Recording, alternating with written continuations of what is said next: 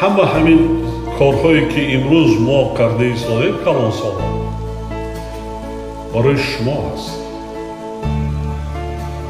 برای شما نورسان، کودکان و جوانان امروزه.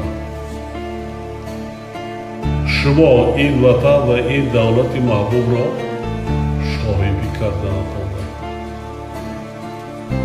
شما حفظ کردنتان دارد. شما بنیاد کردنتان دارد. اما برای این چی در کار؟ سواد در کار، ملتی با سواد در کار، کسب در کار، هنر در کار،